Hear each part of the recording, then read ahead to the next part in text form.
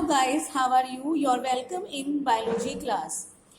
Last video में हमने protozoans disease पढ़ ली थी, जिसमें हमने मलेरिया और अमीबी डिसेंट्री पढ़ा था। इसके साथ ही हमने हेलमिंथिस से होने वाली डिजीज पढ़ी थी, जिसमें हमने एस्केरियासिस और फाइलेरियासिस या एलिफेंटाइटिस को कंप्लीट किया था। आज हम पढ़ रहे हैं रिंगवर्म। रिंगवर्म ये एक डिजीज, ये फंगस के थ्रू होने वाली डिजीज है और ये फंगस की डिफरेंट जेनेरा जैसे कि माइक्रोस्पोरम, ट्राइकोफाइटोन एंड एपिडर्मोफाइटोन, ये सारे डिफरेंट जेनेरा फंजाई के ये रेस्पॉन्सिबल होते हैं रिंगवर्म के लिए। और ये एक कॉमन इन्फेक्शियस डिजीज है मैन में होने वाली। और इस डिजीज के जो सिम्टम्स हैं वो dry scaly lesions on various parts of the body, यानी बॉडी के डिफरेंट पार्ट जैसे स्किन, नेल्स, स्कैल्प, यहाँ पर ड्राई स्केली लेसियंस बन जाते हैं, यानी घाव बन जाते हैं जिनमें की तेजी से ईचिंग होती है। Heat and moisture help these fungi to grow, यानी हीट और मॉइस्चर इन फंजाई को ग्रो करने में हेल्प करते हैं।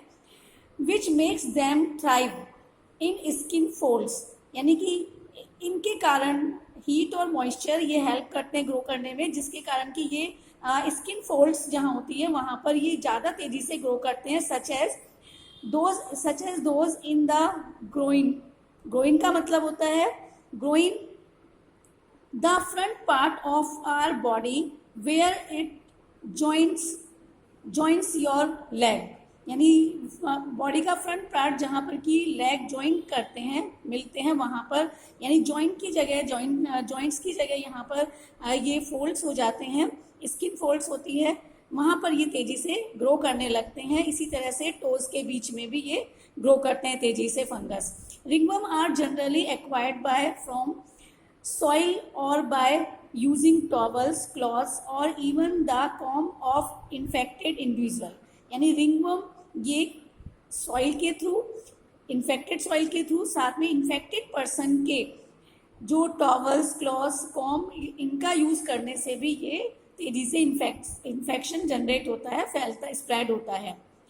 Maintenance of personal and public hygiene is very important for prevention and control of many infectious disease, यानी डिफरेंट इन्फेक्शियस डिजीज को प्रिवेंट करने के लिए, कंट्रोल करने के लिए पर्सनल हाइजीन और पब्लिक हाइजीन का बहुत ज़्यादा मेंटेनेंस की जरूरत होती है, इनका ध्यान रखना जरूरी है।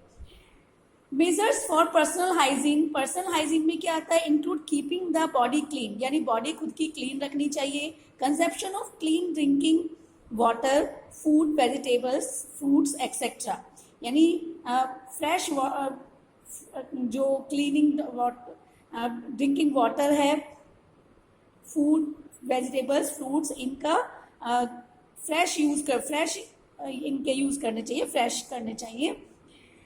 पब्लिक हाइजीन में क्या ध्यान रखना चाहिए? Public hygiene includes proper disposal of waste and excreta, यानी जो एक्सक्रीटरी मटेरियल और जो वेस्ट मटेरियल, जो डिस्पोजल वेस्ट है, उसका प्रॉपर इनका डिस्पोज होना चाहिए।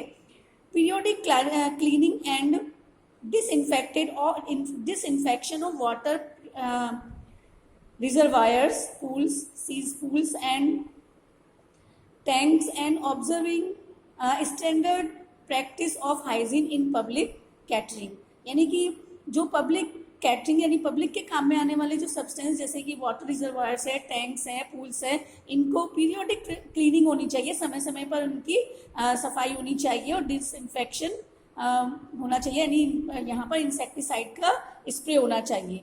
These measures are particularly essential where the infectious agents are transmitted through food and water such as typhoid, amoebiasis, ascariasis etcetera.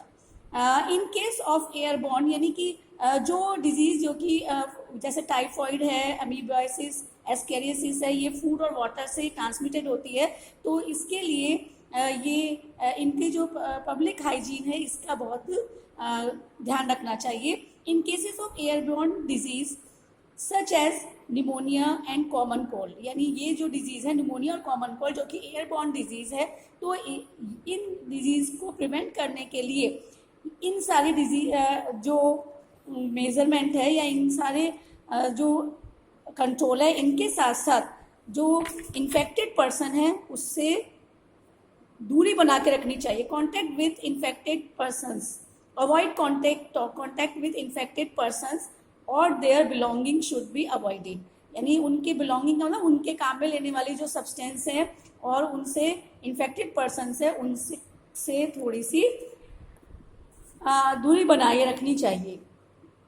For disease such as malaria and filariasis that are transmitted through insects vectors, यानी कि कुछ disease जैसे malaria है, filariasis है. Filariasis में भी हमने पढ़ा था कि ये फीमेल मॉस्किटो से वेक्टर इसमें काम में आता है, तो जो कि वेक्टर्स के थ्रू स्प्रेड होते हैं. The most important measures to control और एलिमिनेट द वेक्टर. तो सबसे पहली बात यह है कि इनको ये जो इंसेक्ट वेक्टर्स है इनको कंट्रोल किया जाए और इनको एलिमिनेट किया जाए अपने आसपास की जो सराउंडिंग है वहाँ से. एंड देयर ब्रीडिंग प्लेस, और उनके ब्रीडिंग प्लेस को कंट्रोल किया जाए या अवॉइड किया जाए या उनको एलिमिनेट किया जाए.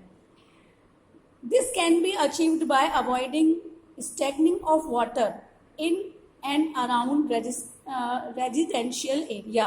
यानी ये कैसे किया जा सकता है कि अगर हम अपने चारों ओर या रेजिडेंशियल एरिया वहाँ पर स्टैग्नेंट वाटर मतलब रुके हुए वाटर को इकट्ठा ना होने दें.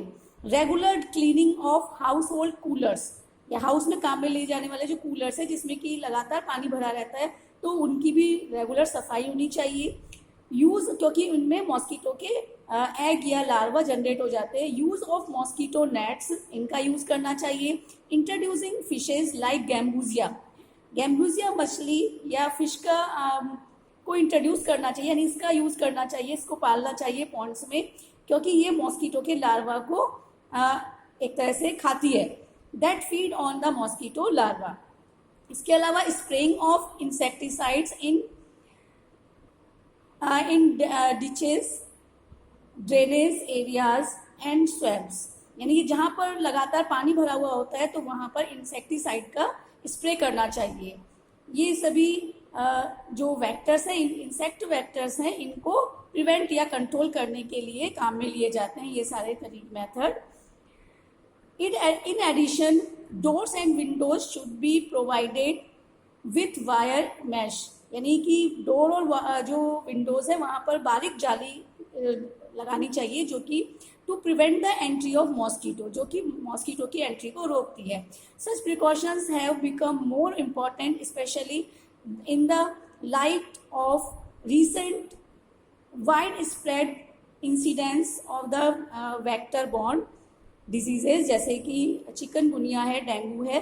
तो ये सारे जो तरीके हैं, ये जो वेक्टर बॉर्न डिजीज़ है जैसे डेंगू, चिकनगुनिया, जो कि इंडिया में ज़्यादा स्प्रेड हो रहा है डिफरेंट पार्ट्स में, उनको कंट्रोल करता है.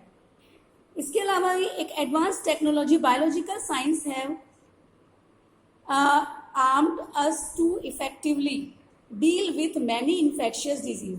यानी बायोलॉजिकल जो साइंस है इसने एडवांस ये जो बायोलॉजिकल साइंस जिसका कि आजकल ज़्यादा एडवांसमेंट हो गया है, तो ये इन्फेक्शियस डिजीज को इफेक्टिवली डील करने के लिए काम में लिए जा रही है.